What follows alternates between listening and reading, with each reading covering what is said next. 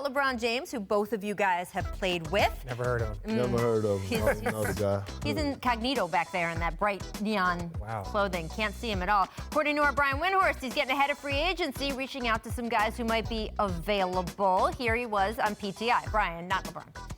From what I understand, he has already begun the recruiting process. I've heard he has had contact with Kawhi Leonard.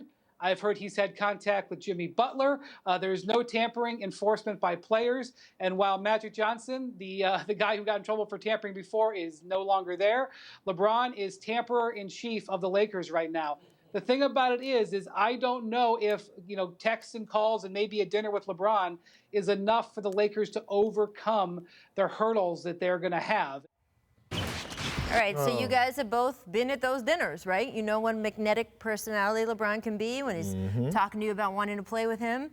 Do you think that's enough compared to what the Lakers can and can't offer in free agency and all the issues we've talked about with management there? Well, here's my take on it, right? I have a problem because I don't feel like Bron should have to reach out to anybody to come play with him. We're talking about arguably the greatest player to ever play the game of basketball. You should want to go play with LeBron James. I mean, like, just for your own sake, just for your own, to tell your kids to say, hey, I played with LeBron. Forget even going there to win the title. So I don't even think that LeBron needs to even recruit. I mean, but that's not the reality, though, Perk. Like, in today's NBA, we would not have had to do that, right? Right. Like, we wouldn't have to do is like, yeah, let's go get busy. Yeah, but now these guys need to be coddled and massaged. So what you saying, they're divas? Like a piece of veal? You saying these new guys are divas? I'm not saying that they're divas. I'm just saying that they need to be convinced by Bron. Like, even KD had to look Steph in his eye and Steph say, like, hey, I want you to come be a part. I agree. So it's a different mindset. Right. That's the only thing. I agree with you.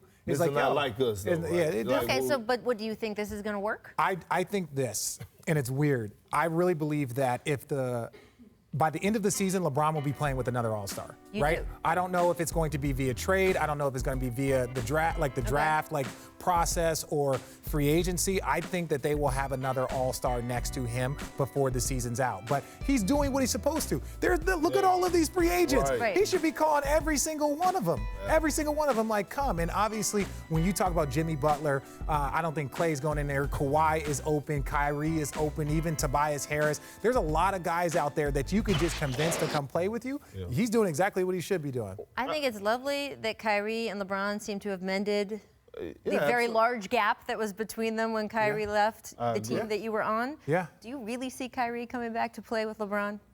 No, but not in a bad way, but just more in a way of, like, I think that they could figure things out. I'm gonna go out on a limb and say this: he don't need to recruit because I have a feeling that Anthony Davis is going to the Lakers. Oh. Well, someone would have to trade him there because he doesn't have his own rights for another year. So well, hey, we'll have to see. Make it happen.